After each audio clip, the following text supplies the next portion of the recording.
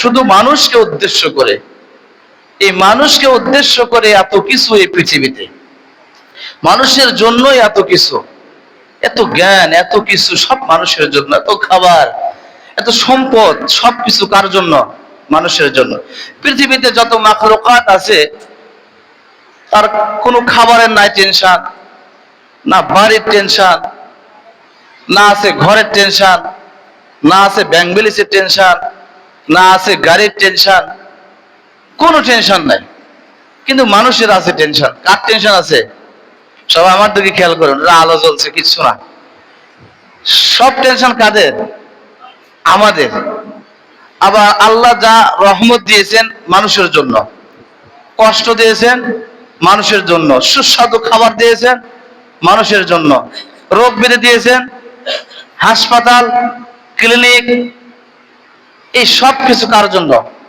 তাহলে দুঃখ, দুর্দশা, শান্তি, অশান্তি, ভালো মন্দ সবকিছু কার জন্য? মানুষের জন্য। আর মানুষকে উদ্দেশ্য করে আল্লাহ 18,000 মাখলুকাত সৃষ্টি করেছেন। কয় হাজার মাখলুকাত?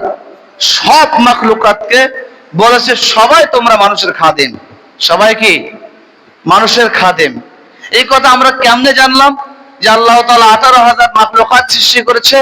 শুধু মানুষকে ডেকেট করে, মানুষকে উদ্দেশ্য করে, আর বলেছেন সব মাখলুকাত হচ্ছে তোমাদের খাদেম।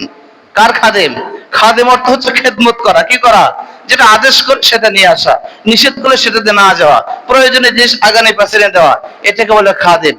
তাহলে আমাদের কাছে এই পৃথিবীতে অনেক নাপাক প্রাণী আছে যেগুলো আমাদের জন্য হারাম, যেগুলো আমাদের জন্য কি হারাম। অনেক হালাল প্রাণী আছে যেগুলো আমাদের জন্য জায়েজ। তাহলে হারাম প্রাণী কি আমাদের জন্য উপকার? আল্লাহ বলছেন হ্যাঁ, যেটা হারাম এটাও তোমাদের জন্য উপকার। আল্লাহ কোরআনের মধ্যে বলেন ওয়া মাকারু ওয়া মাকারাল্লাহু ওয়াল্লাহু খায়রুল মাকিরিন। আল্লাহ বলেন মানুষ, তোমাদেরকে জ্ঞান দিয়েছি, শক্তি দিয়েছি, সামর্থ্য দিয়েছি, যা তোমার প্রয়োজন ছিল তুমি সেটা জানো না। তুমি জানার আগে আমি আল্লাহ তাআলা তোমার সবকিছু পূরণ করে দিয়েছি। কিন্তু বান্দা, তুমি চেষ্টা করতে করতে, আমার নাফরমানি করতে করতে, আমার শুকরিয়া করতে করতে, আমার ভালাই করতে করতে যেখানে তোমার শেষ, সেখান থেকে সবকিছু আমি আল্লাহর শুরু। আল্লাহ কি বলেন? আল্লাহু খায়রুল মাকিরিন। এত কিছু দেওয়ার পরেও, এত কিছু পাওয়ার পরেও যেখানে গিয়ে তোমার চেষ্টা শেষ, সেখান থেকে আমি আল্লাহর চেষ্টা শুরু। খবরদার, সীমা লঙ্ঘন করা যাবে না।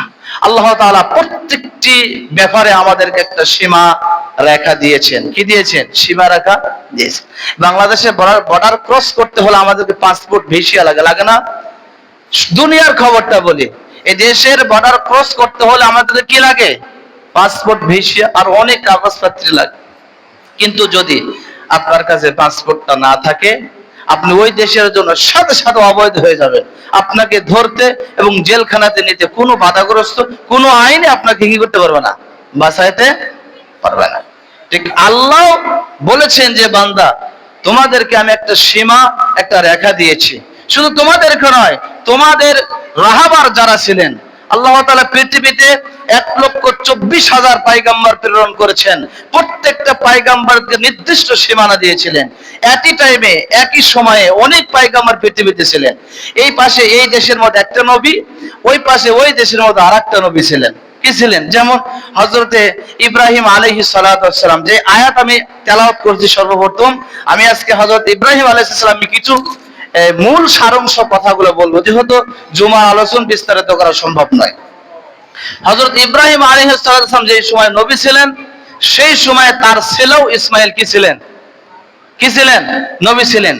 হযরত ইয়াকুব আলাইহিস সালাম যখন কেনানের নবী ছিলেন, পাশাপাশি হযরত ইউসুফ আলাইহিস সালাম মিশরের নবী ছিলেন। কি ছিলেন? তার মানে হযরত ইউসুফ আলাইহিস সালাম একটা সীমাবদ্ধ ছিল, সে মিশরের মধ্যে নবুয়ত প্রকাশ করবে। পাশের দেশ তার বাবা, সেখানে তার নবুয়ত প্রকাশ করবে।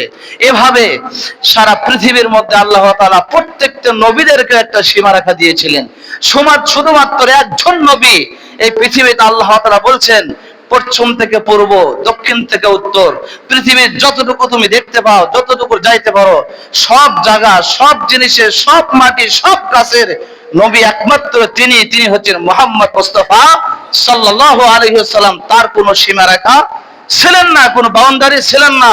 যত মানুষ এসেছেন, যত নবী এসেছেন, যত পয়গম্বর এসেছেন, যত মানুষ আসবে, যত আল্লাহর ওলি আসবে, যত প্রাণী আসবে, কিয়ামত পর্যন্ত সবার নবী তিনি থাকবেন, আছেন এবং থেকে যাবেন। সুবহানাল্লাহ বিহামদিহি, সুবহানাল্লাহিল আযীম।